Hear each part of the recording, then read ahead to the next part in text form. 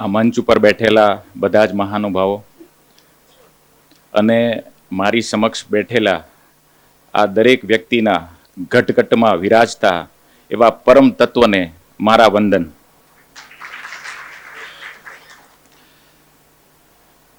મારું નામ પ્રકાશ પ્રાગજીભાઈ કચ્છી છે અને મૂળ ગામ હિપાવડલી.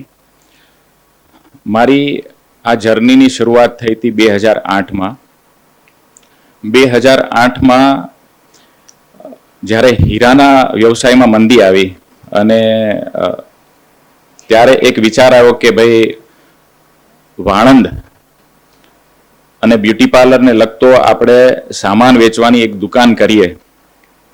અને એ વિચારને મેં અમલમાં મૂકી અને એક નાનકડી દુકાનથી શરૂઆત કરી હતી. પછી ત્યારબાદ જીવન થોડું આગળ વધતું ગયું, મહત્વાકાંક્ષાઓ વધારે હતી અને જીવનની અંદર કંઈક ખૂટતું અને આગળ વધવાની ઈચ્છાઓ હતી. એટલે ત્યાર પછી બિઝનેસ આગળ વધતા મેં ચાઇના જવાનું નક્કી કર્યું.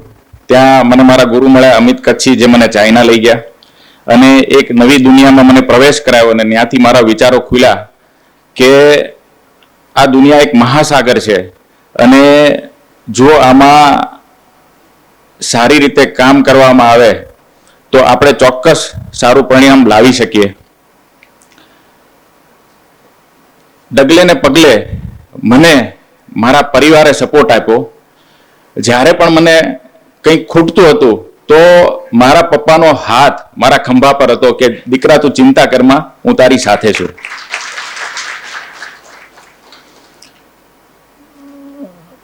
બિઝનેસ કરવો ત્યારે સહેલો બની જાય છે જ્યારે તમારા મા બાપના આશીર્વાદ તમારી સાથે હોય છે, તમારા પરિવારનો સપોર્ટ તમારી સાથે હોય છે, તમારી પત્ની એમાં સહયોગી બને છે, તમારો ભાઈ, તમારું કુટુંબ જે તમને તત્પર મદદ કરવા માટે રહે છે.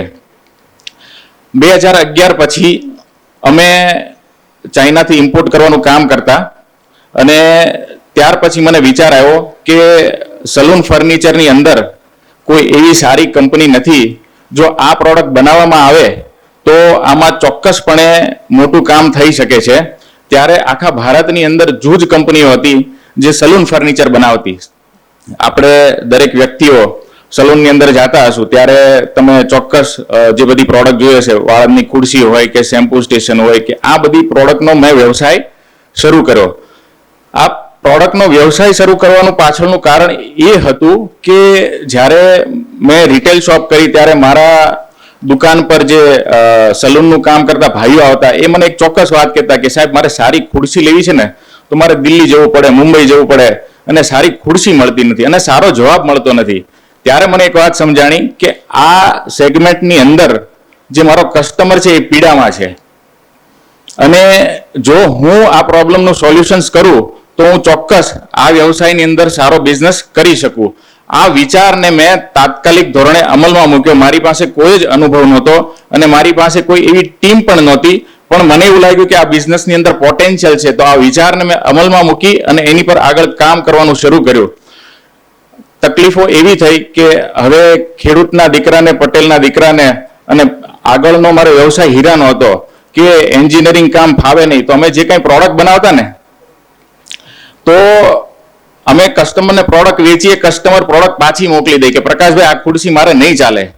પણ મારા દિલની અંદર ભાવ હતો કે ભાઈ મેં પ્રોડક્ટ વેચી છે, મારી પ્રોડક્ટમાં કોઈ ખામી છે એટલા માટે મને વ્યક્તિ મારી પ્રોડક્ટ પાછી આપે છે.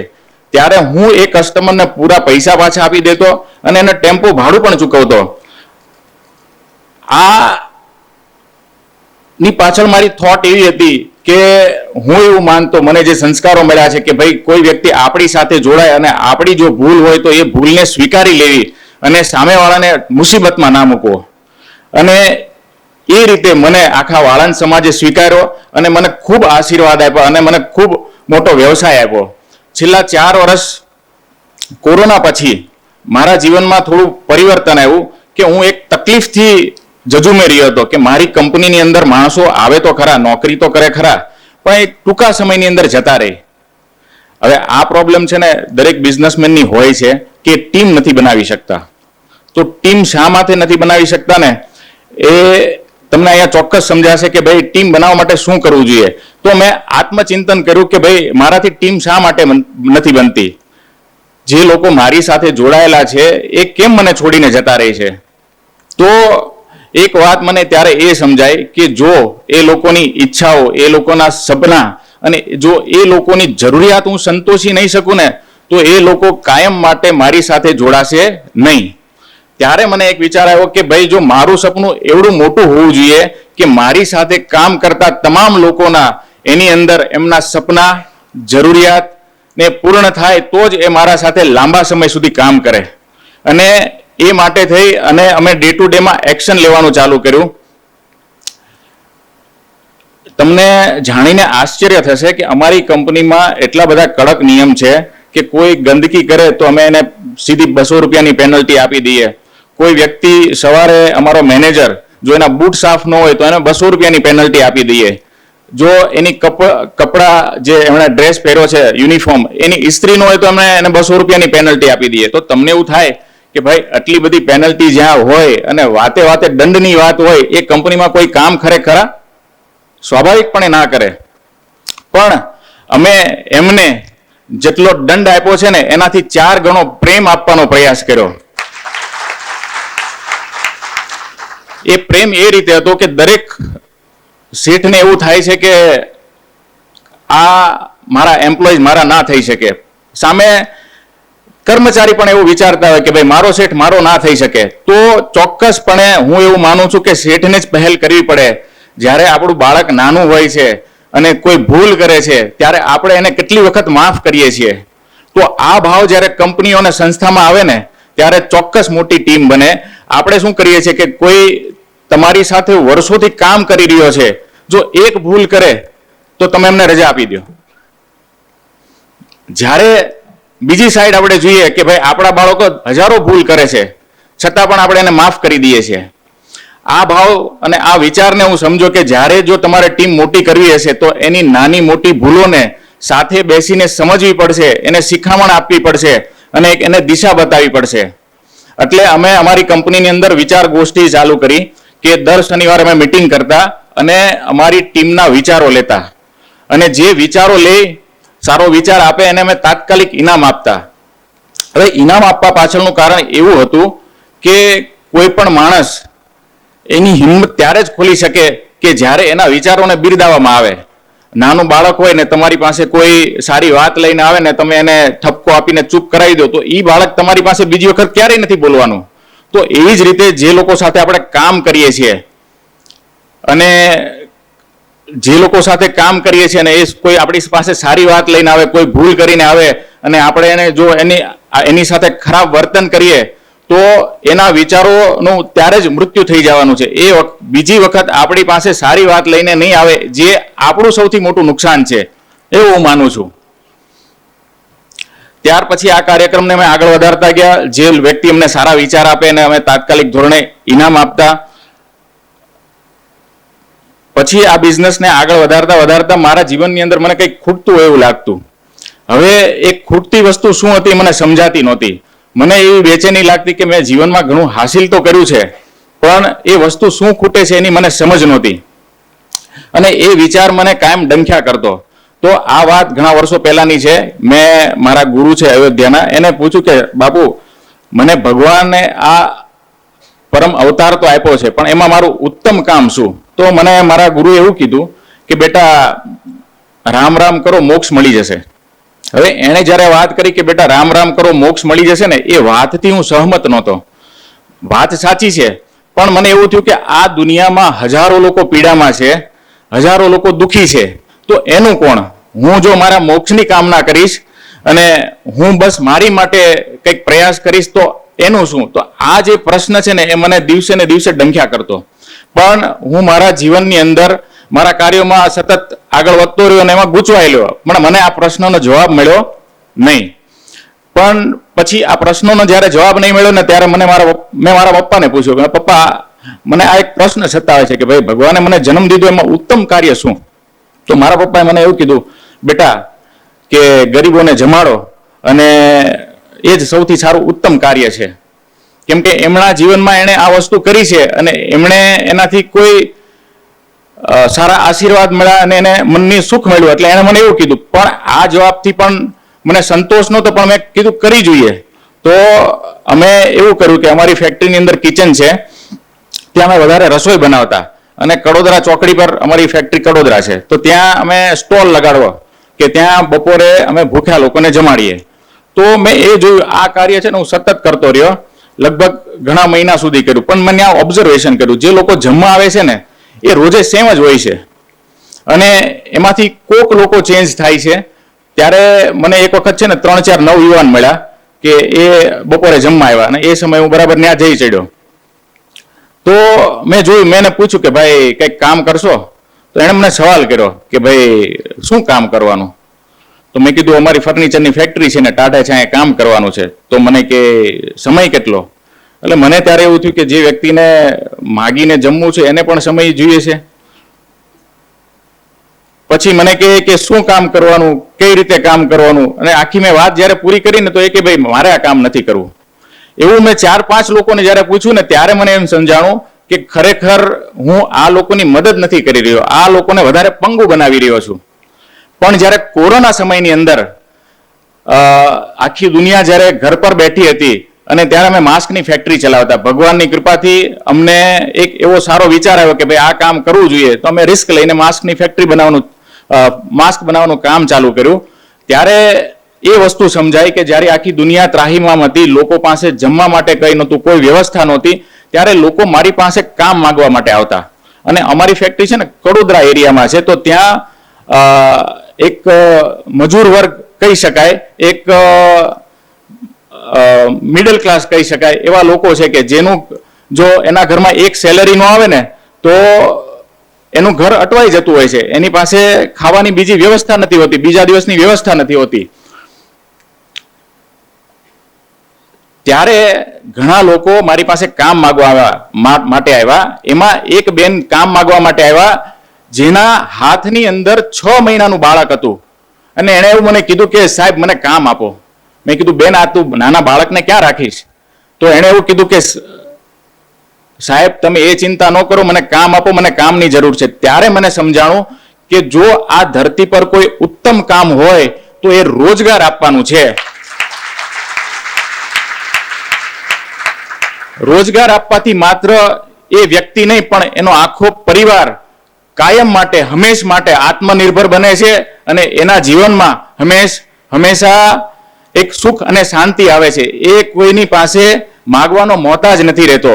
આ વિચાર મને સમજાણો અને ત્યાર પછી મેં મારા જીવનની અંદર ધ્યેય લીધો કે હું આ કામને આગળ વધારીશ અને મેં જીવનની અંદર લક્ષ્ય લીધું કે હું એવું કામ કરીશ જેથી વધારે ને વધારે રોજગારનું હું નિર્માણ કરી શકું.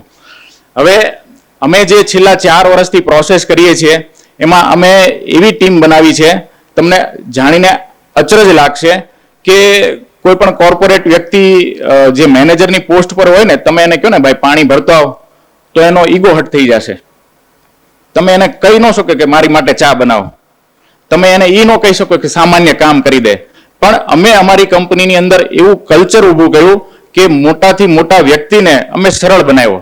પણ એ સરળ બનાવતા પહેલા સૌથી પહેલી વિનમ્રતા અને સૌથી પહેલો સહયોગ મારો હતો કે હું એઝ અ શેઠ તરીકે જો આ કામ કરી શકું ને જો તમે આ કંપનીને તમારી કંપની માનતા હોય અને તમારો પરિવાર માનતા હોય તો પરિવાર માટે કોઈ કામ નાનું કે મોટું નથી હોતું. અને આ મારા વિચારોને એ લોકોએ સ્વીકાર્યા અને એ બદલ આજે અમારી એક મજબૂત ટીમ છે. હવે વાત કરીએ કે જ્યારે આપણે પરિવાર કહેતા હોય ને ત્યારે આપણી જવાબદારી વધી જતી હોય છે. પરિવાર કેવો સહેલો છે, તમે જે કંપની ચલાવો છો એને પરિવાર કેવો સહેલો છે પણ નિભાવવો બહુ અઘરો છે. શા માટે? કે જ્યારે તમે પરિવાર કહો ને કોઈને તમે માન સન્માન આપો ને તો એ વ્યક્તિ તમારી નજીક આવે અને જ્યારે કોઈ વ્યક્તિ નજીક આવે ને તો એની તકલીફ એ ચોક્કસ કહેવાનો છે. તો મારા ટીમની અંદર એવું બનવા મળ્યું કે હું લોકોની વધારે નજીક આવ્યો અને લોકો એની પ્રોબ્લેમ મને કહેવા મળ્યા કે સાહેબ મારે થોડી તકલીફ થઈ ગઈ છે, આ કરજો થઈ ગયો છે, આનું શું કરવું? તો એ બધી જ પ્રોબ્લેમ અમે સોલ્વ કરી. કોઈને ઘરમાં દવાખાનું આવી ગયું તો એને અમારા મેનેજરો સાથે મળી અને હોસ્પિટલ સુધી લઈ જતા, એનો સારવાર કમ્પ્લીટ ના થાય ત્યાં સુધી ધ્યાન આપતા, આવું એક કલ્ચર બનાવ્યું. અને એ કલ્ચરથી અમને એ ફાયદો થયો કે અમારી કંપની પર લોકોનો વિશ્વાસ વધ્યો અને અમારી ટીમ મજબૂત થઈ. મારી પાસે એક એવો દાખલો છે કે તમે હજારો માણસોની જિંદગી ના બદલી શકો તો કોઈ વાંધો નથી, પણ કોઈ એક માણસની જિંદગી જો તમે બદલી શકો ને તો તમારે તમારા જીવનને સાર્થક માનવું, આવું ચોક્કસ કહી શકાય. અમારી કંપનીમાં છે ને એક બેન નોકરી કરતા અને એ કિચનની અંદર રસોઈનું કામ કરતા. તો અમે કિચન બંધ કરી દીધું. એનું કારણ હતું કે અમારી પાસે જગ્યા નહોતી. અમે અમારી કંપનીની અંદર બપોરનું જમણવાર અને સાંજનું જમણવાર ફ્રી આપતા. તો એમની જોબ જતી રહી. પછી એમણે બહાર વ્યવસાય કર્યો. એમણે નાનું એક રેસ્ટોરન્ટ કર્યું. તો નાનું રેસ્ટોરન્ટ કર્યું, એમાં એને સફળતા ન મળી. હવે જ્યારે સફળતા ન મળી ને તો એ સેમ ટાઈમે એના ઘરની અંદર એમના સાસુ, એમના હસબન્ડ પણ મારી કંપનીમાં નોકરી કરે છે, એમના મમ્મી બીમાર પડી ગયા અને એના માટે એણે કરજો કરવો પડ્યો. અને આ બાજુ એમની દુકાન બંધ થઈ ગઈ, રેસ્ટોરન્ટ બંધ થઈ ગયું, ત્યાં પણ કરજો થઈ ગયો. અને એ કરજાનું પ્રેશર એટલું બધું હતું તો એ જે મારા એમ્પ્લોય છે ને એની એવી પરિસ્થિતિ આવી કે એને ઘર છોડીને જતું રહેવું પડ્યું. ત્યારે એમના વાઈફનો પહેલો કોલ મારી માટે આવ્યો કે સાહેબ હવે શું કરવું, મારા જીવનની અંદર અંધકાર થતો રહ્યો છે કે મારા પતિ જતા રહ્યા છે, મારી નાની દીકરીઓ છે, હવે મારે શું કરવું. મેં કીધું બેન તું ચિંતા ન કરતી, તારો શેઠ તારી સાથે છે. અને ત્યારે મેં એક પગલું લીધું કે એ વ્યક્તિને શોધવા માટે આખી ટીમ લગાડી દીધી. અને એ વ્યક્તિ જ્યારે મને પહેલી વખત, મેં મારી ટીમને કીધું આ વ્યક્તિ જો તમને પહેલી વખત મળે ને તો સીધો મારી ફોન કરાવજો. અને એ વ્યક્તિ જ્યારે મળ્યા, મારી પર ફોન સાથે મારી એની ચર્ચા થઈ. મેં કીધું ભાઈ તું મૂંઝાતો નહીં, તારું જે કંઈ પ્રોબ્લેમ હશે ને એ હું જોઈ લઈશ, બાકી તું ઘરે પાછો આવી જા. એ વ્યક્તિ ઘરે પાછો આવી ગયો. એના જે કાંઈ કરજો હતો એ અમે બેસીને સમજી લીધો, ભરી દીધો. અને એ વ્યક્તિ અને એ બેન આજે અમારી કંપનીમાં ટોપ સેલ્સ પર્સન છે.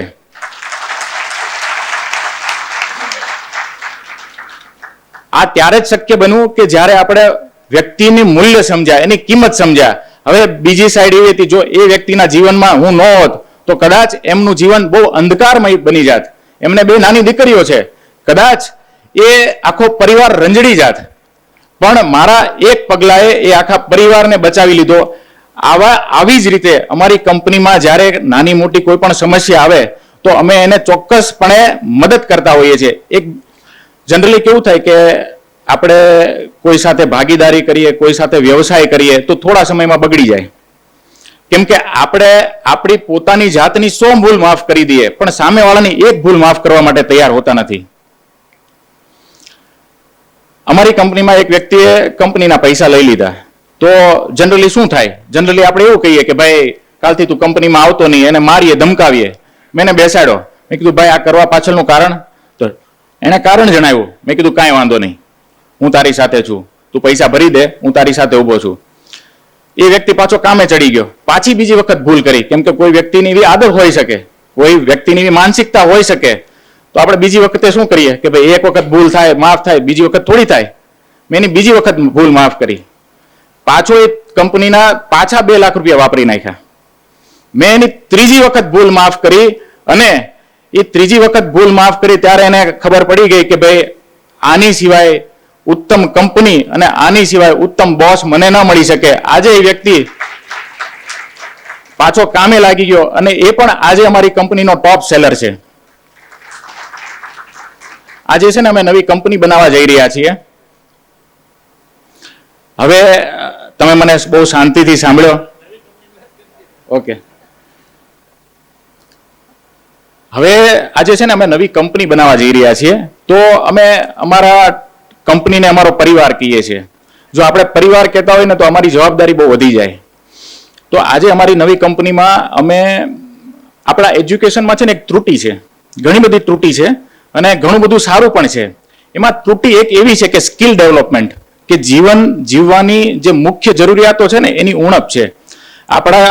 મને ગુજરાતની ખબર છે, ગુજરાતના સ્કૂલોમાં કોઈ સ્વિમિંગ પુલ નથી અને ત્યાં કમ્પલસરી તરવાની ટ્રેનિંગ નથી આપવામાં આવતી અને હજારો વાલ સોયા બાળકોનું મૃત્યુ થાય છે તરતા ન આવડતું એના કારણે. તો આજે અમે અમારી કંપનીની અંદર સ્વિમિંગ પુલ બનાવ્યો છે. મેં નિર્ણય લીધો છે કે હું અમારી કંપનીની ટીમને, કંપનીના જે સ્ટાફ છે એના બાળકોને હું સ્વિમિંગ શીખવાડીશ. અમે એના માટે કરાટે ક્લાસીસ બનાવ્યા છે. અમે એના માટે એક એજ્યુકેશન સિસ્ટમ બનાવી છે. આ બનાવવાના પાછળનું કારણ એટલું છે કે જો આજે એક મજબૂત સમાજનું નિર્માણ કરવું હોય ને તો એક મજબૂત વ્યક્તિનું નિર્માણ કરવું પડશે. મારી પણ 2 દીકરીઓ છે. જો મારી 2 દીકરીઓ છે એને મારે જો કોઈ વારસો આપવો હોય ને તો હું એને સંસ્કારોનો વારસો આપીશ. પણ જો હું નાનપણથી એને મેન્ટલી રીતે ટ્રેન નહીં કરું, એને આવી સ્કિલો નહીં શીખવાડતું, એ ડરતા જીવશે. અને જે બાળક ડરતા જીવશે ને એનો ક્યારેય માનસિક વિકાસ નહીં થાય. આ દુનિયામાં એ લડી નહીં શકે. એટલા માટે મેં મારા બાળકો માટે થઈ અને અમારા પરિવાર, અમારી ટીમ, અમારી કંપનીના બાળકો માટે થઈ અમારી કંપનીની અંદર swimming pool, karate classes, box cricket અને એજ્યુકેશન માટેની આખી વ્યવસ્થા ઊભી કરી છે. જેથી કરીને આવતા સમયમાં અમે જ અમારી કંપનીના સારા એવા લીડરો બનાવી શકીએ. હું એક છેલ્લી 2 મિનિટ લઈશ, 1 જ મિનિટ લઈશ.